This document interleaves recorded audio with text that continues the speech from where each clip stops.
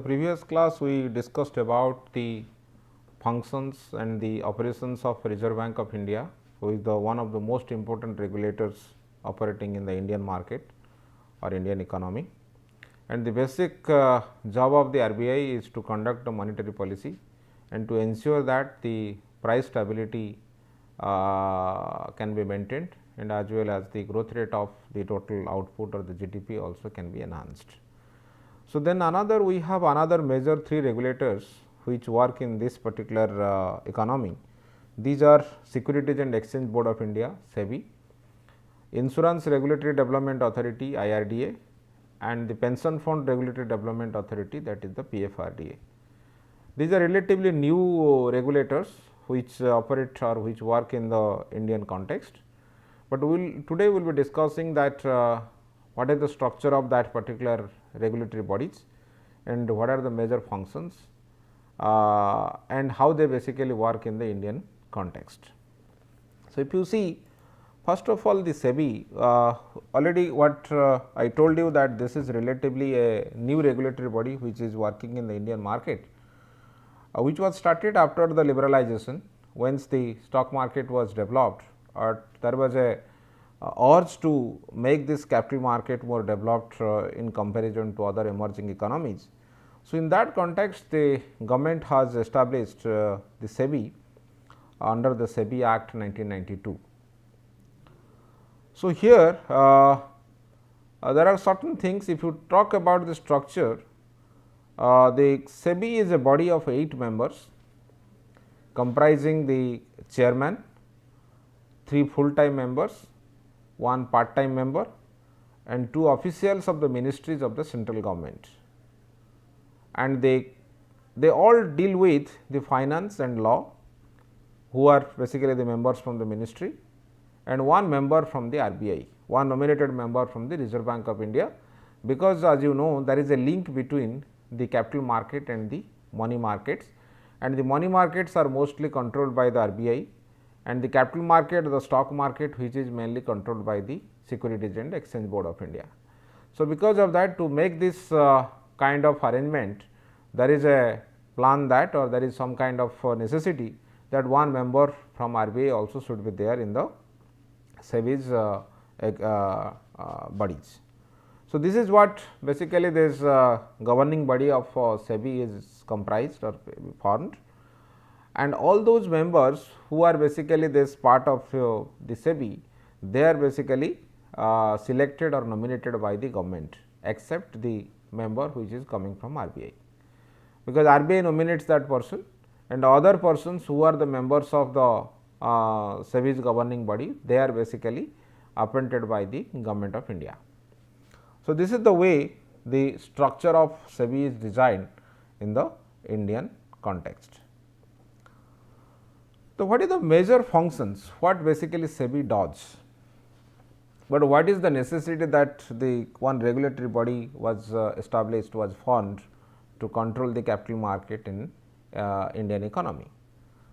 So, the first job of SEBI is basically, or the foremost important job of the SEBI is to protect the interest of the investors and to promote the development and to regulate the securities market. Basically, what the everybody or mostly the participants, whether they are the institutional investors or the retail investors, they basically work or they take the positions in the equity market for their maximization of the return.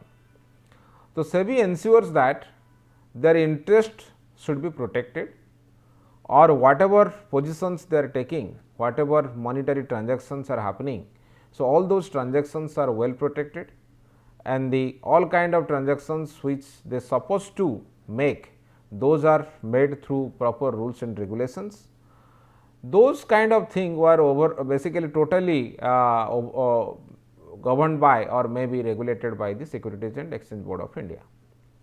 And next thing is to promote the development, the infrastructural development, and as well as other development which should happen, both administrative and as well as infrastructural, both the developments which should take place in the Indian equity market, that basically it is totally looked by the SEBI in the Indian context. And they regulate the securities market in the sense they basically make the rules and regulations, norms, and period to period they see that whether the market is functioning in the better way. So, these are the major functions of SEBI in the Indian equity market. And another function of SEBI is to regulate the business in the stock exchanges. So, this should ensure that whatever business the stock exchanges are doing or whatever transactions in the stock exchanges are made, they are fair. So, all kind of transactions are basically is in the interest of the shareholders or the equity holders who are investing in this, and stock exchange is transparent, providing all kind of informations, or stock exchange is really working in a clear manner for the investors, where the investors take their positions to maximize the return. Then the third thing is the another function is to register and regulate the working of the stock brokers, sub brokers, share transfer agents, bankers to one issue, trustees, registers to one issue, merchant bankers, underwriters, portfolio managers, investment advisors, etc. Because you see all these agents participate in the pricing of the equity, particularly in the IPO process, and as well as also they participate whenever the transactions of a particular positions are taken place. When the settlement of any positions basically take place, all these settlements are taken care of by some of the economic agents. So, SEBI ensures that all these agents, economic agents who are the major participants in the equity market, they should register themselves. They should be authorized by the SEBI that they are allowed to participate in the equity market. They should act as an economic agent in the equity market, and also the rules and regulations related to those kind of economic agents also should be time to time can be revised with the for the interest of the equity holders or for the interest of the shareholders. And also another thing SEBI does, basically they also regulate the foreign institutional investors and credit rating agencies, because you see the credit rating agency is also working as a company in the Indian equity market or Indian capital market, what we can say. And because the Indian market is highly dominated by the FIIs or the foreign institutional investors, SEBI ensures that all these FIIs which are coming to India, they are registered, they have registered themselves with the SEBI, and as well as they are functioning and their operations and their positions, they are all basically can be controlled, can be regulated by the the Securities Exchange Board of India. They also regulate the venture capital funds, mutual funds, collective investment schemes. These are all regulated by the SEBI, and also they make the arrangements to promote and regulate the self-regulatory organizations. If you remember, I was discussing about the self-regulatory bodies like AMFI, Association of the Mutual Funds. So, those are basically promoted by the SEBI to ensure that the market is working in a right direction, or all kind of any kind of unethical practices are not happening, and whatever disclosure norms and everything should be reported to the market, everything is done by the companies. And because of that, what is happening, SEBI also ensures that those kind of self-regulatory bodies can be developed or should come to the market, because once the market is matured, maybe they are able to control the market in that way. So, these are the major functions, and some other functions are already I told you, it is a part of that to prohibit the frauds and unfair trade practices relating to the securities market. Any kind of trade practices which are happening, any kind of frauds which are happening in the equity market, that should be always controlled by the SEBI. SEBI's major job is to control that and to ensure that those kind of unfair practices are not happening in the market. And today's time, because the equity holders participation is very less in terms of the retail investment point of view, SEBI also started this investors education schemes. So, the basic another job of the SEBI is to promote this investors education and training, that how they can participate in the equity market or they can take their positions on the equity market, because equity market is also one of the most important markets to maximize the return or to make their portfolio in such a way, it can be considered as one of the assets in their total portfolio. to prohibit the insider trading, because insider trading is a unethical practice which may happen inside the companies.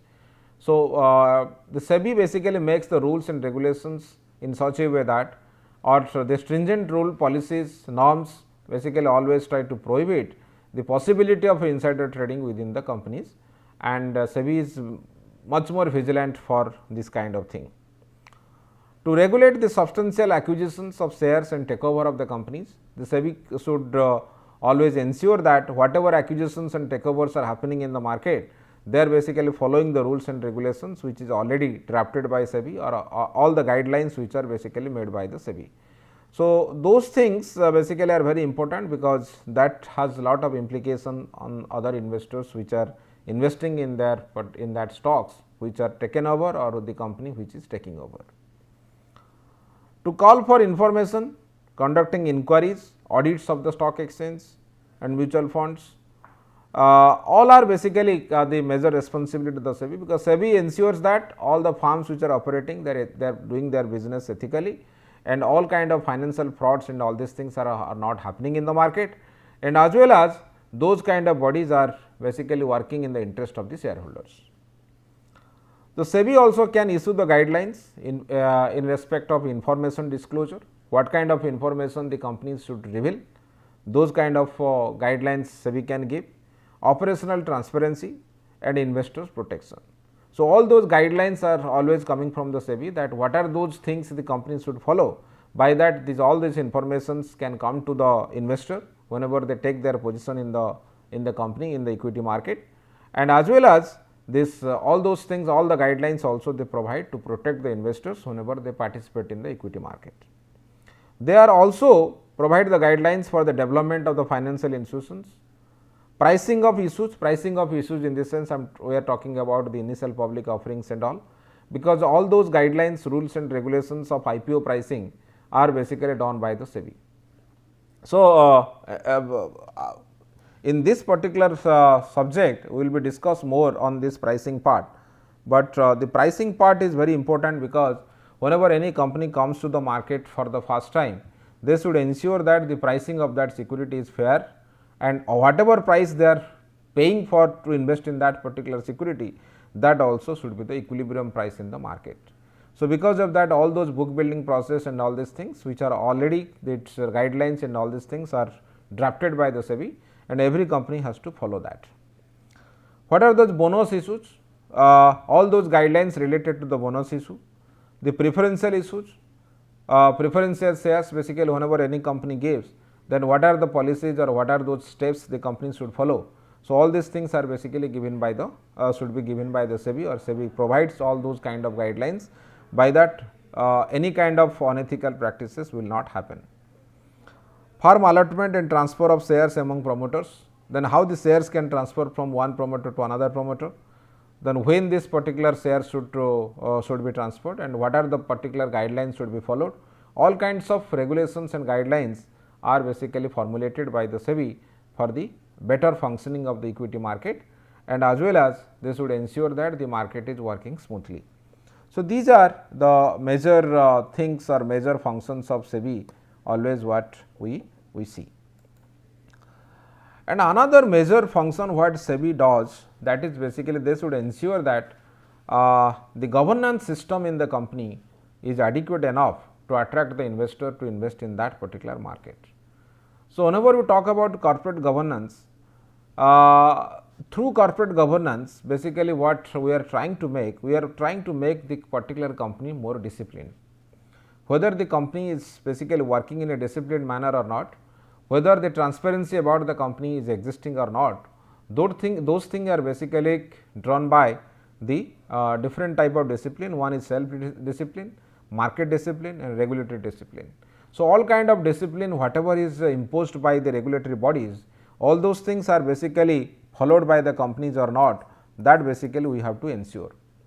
So, that is basically overall corporate governance means what? The corporate governance means that whenever the company works in a particular system, the governance system of the company should be in such a way that it can take care of the interest of all the stakeholders of the company. So, it can be equity holder, it can be debt holder, it can be suppliers, it can be government, it can be customers, it can be employees. So, everybody's interest, or it can be investors. So, whoever it may be, all those interests should be taken care. So, to take care of the interest of all kind of stakeholder who are basically the major participants with respect to, or major stakeholders with respect to the company, the corporate governance system should be strong, because corporate governance system should ensure that the company is a good company for investment, and SEBI is ensuring that the governance system of that particular company is good. So, that is why the governance has a lot of role in terms of the value creation, the strength of the stakeholder relationship, it has the relationship. Wealth created is evenly distributed across all classes of stakeholders, that can be ensured by the governance system. What kind of management quality we have? Management quality in the sense, who should be the CEO, and whether the CEO follows this criteria, whatever we should have, whether this, what is the board structure of the company, and whatever rules and regulations the Companies Act is making, and whether the company is following those rules and regulations or not, what kind of audit practices they have, what kind of remuneration policy they have. So, all those are the components of the corporate governance. So, SEBI ensures that all kind of issues are taken care of by the company, and then only we can say that the company is transparent.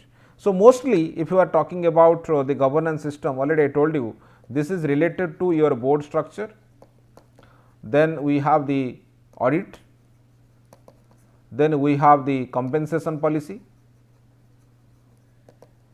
These are the major issues which comes under the corporate governance part, and the CEO or the managing directors. So, who basically, what should be the composition of the board, and what kind of whether the company is following the audit practices properly or not, what kind of compensation policy they have, everything should be transparent and should be in the under the guidelines of the Securities Exchange Board of India and as well as the Companies Act. So, this is the responsibility of the SEBI to ensure that the governance practices of that particular company is fair enough, and whatever information they are providing to the different stakeholder, they have the authenticity and they are the right information. Because of that, the investors can take the right positions whenever they go to the market for investing in that particular share. That also ensures that the stability of the future wealth creation, because once more people will be looking at that kind of governance practices and come to the market for their investment, that can help that whether the future wealth creation can be made by the company or the cash flow of that particular company can be positive or not. So, these are the different ways the governance system helps for the betterment of the company, and SEBI ensures that all those governance characteristics are made by the company in such a way that it can give a better idea about the company itself and the management quality also, and as well as the stability of the future wealth creation. So, these are the different issues related to the corporate governance, where the SEBI has a strong role to decide that whether the particular thing are happening with that particular company or not. Then here whenever the SEBI ensures that whether governance practices are happening in the company or not, they should ensure that timely disclosure of the relevant information, providing an efficient and effective market system, demonstrating a reliable and effective enforcement, and enabling the highest standard of the governance. So, SEBI's major policy or major aim is that whether the company should have a better standard or high standard governance system. By that, the information which is coming from that particular company, it has some kind of authenticity, and the information is relevant for the investors whenever they go to the market for investing in that particular shares. So, these are the different issues what basically related to the governance, corporate governance whenever in the context of India and as well as also the other countries, but SEBI is ensuring that governance practices is really followed in the Indian market. In this context, there are different committees was established. There are many committees, but here we are highlighting the committees which are set up by SEBI, but there are other committees also government has established. There is a J.J. Irani committee in 2005. There are other committees, but there are major three committees what SEBI has established to increase the corporate governance system in the companies in India. The first committee was established under the chairmanship of Kumar Mangalam Birla in 2000. So, on the recommendations of that particular committee, that is the introduction of clause 49 of the listing agreement was to be complied with by all the listed companies. That was started in 2000. And another major recommendation what that committee, although the committee has given a long recommendation, I have just summarized here some of the major issues what the committee has recommended. And another recommendation the committee has given, the board of a company should have an optimum combination of executive and non-executive directors with not less than 50% of the board comprising the non-executive directors. And the disclosure should be made in the section on the corporate governance of the annual report. The annual report should have a corporate governance section. Then all those board structure, audit issues, remuneration issues, all kind of things what just now we discussed.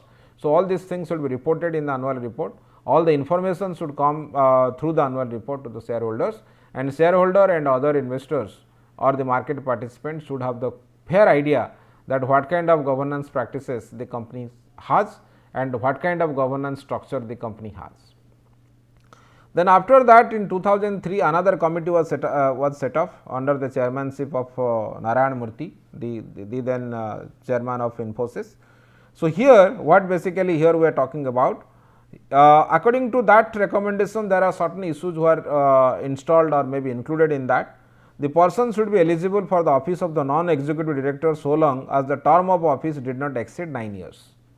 It is basically we are talking about to make that particular policy in such a way that some kind of relevancy of or the authenticity, or maybe we can say that the executive director should be there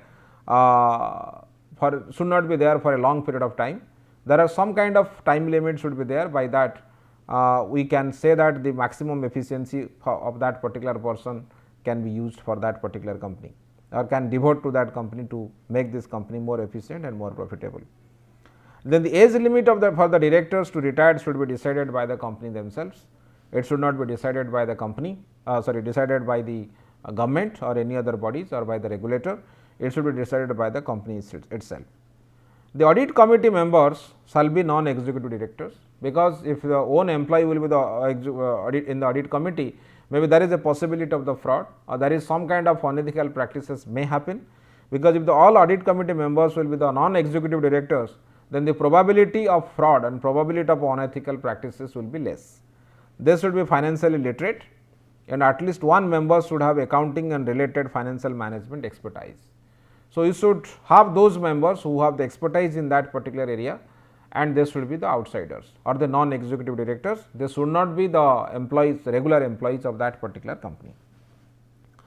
Audit committee of listed companies shall review mandatorily the information on financial statements, risk management practices, the IPO issues or the process followed for the IPOs, etc., or the party transfers or stock transfers and everything. All kinds of things are basically taken care of by the audit committee, and audit committee is empowered to see all kind of transactions, financial transactions what the company has made in that particular financial year.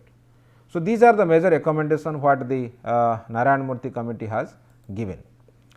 Then recently in 2017 they have established another committee under the chairmanship of Uday Kotak. Here there are different issues the committee has addressed.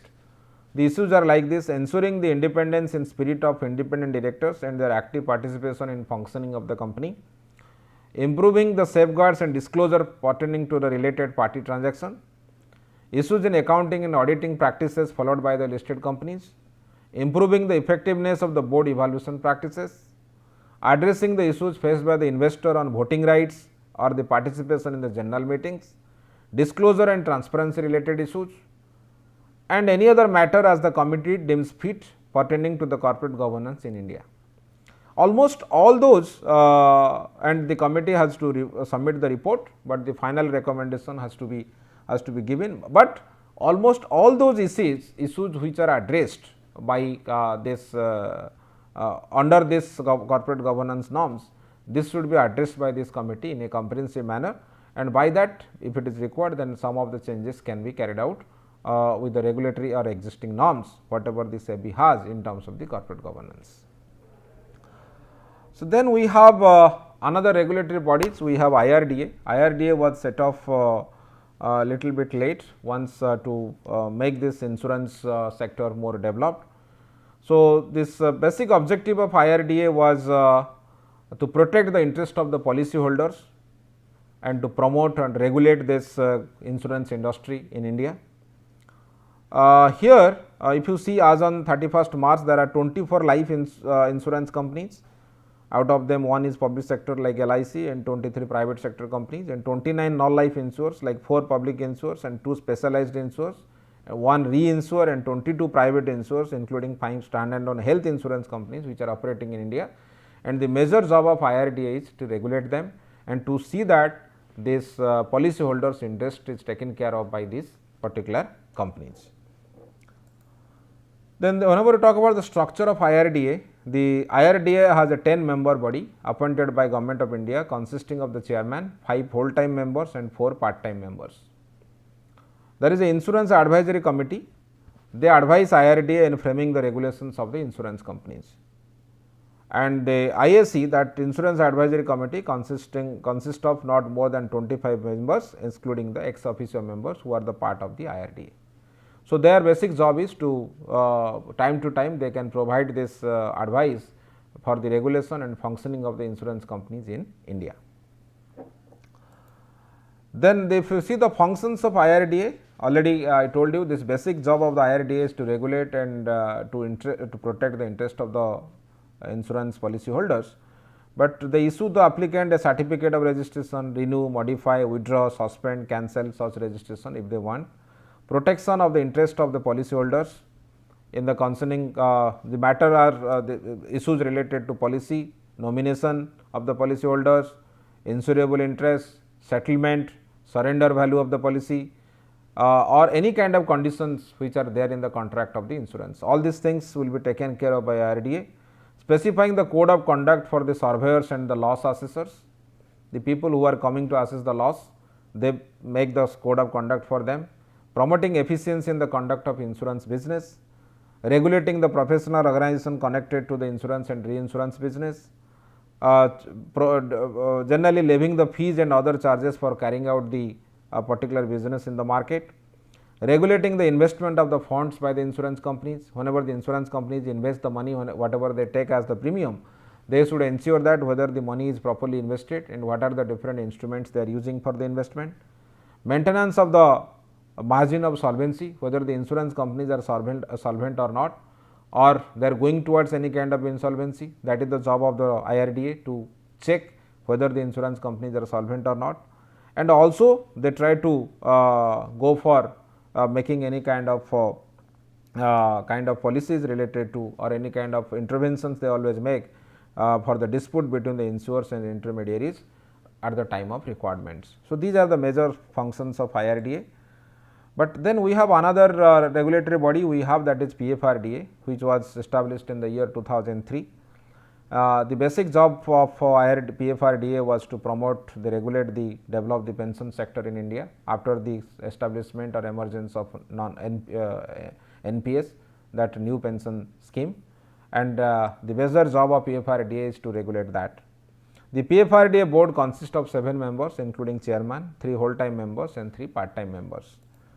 And if you see the functions, it is basically the regulation of intermediaries and national pension system, just now I was talking about, that is the NPS, registration and regulation of pension schemes, approval of the pension schemes, and reporting the exit of the subscription form of the NPS, formulate the regulations in respect of pension funds, national pension trust, trustee bank, record keeping agency, point of presence, all those parties which are part of the pension scheme or pension fund, they are all regulated by the PFRDA. So, these are all the point of presence, then you have central record keeping agency, custodian of securities. So, these are all basically all those regulations related to insurance as made by them. All the grievances of subscribers should be addressed by the pension funds, and all for those the mechanism is created by PFRDA.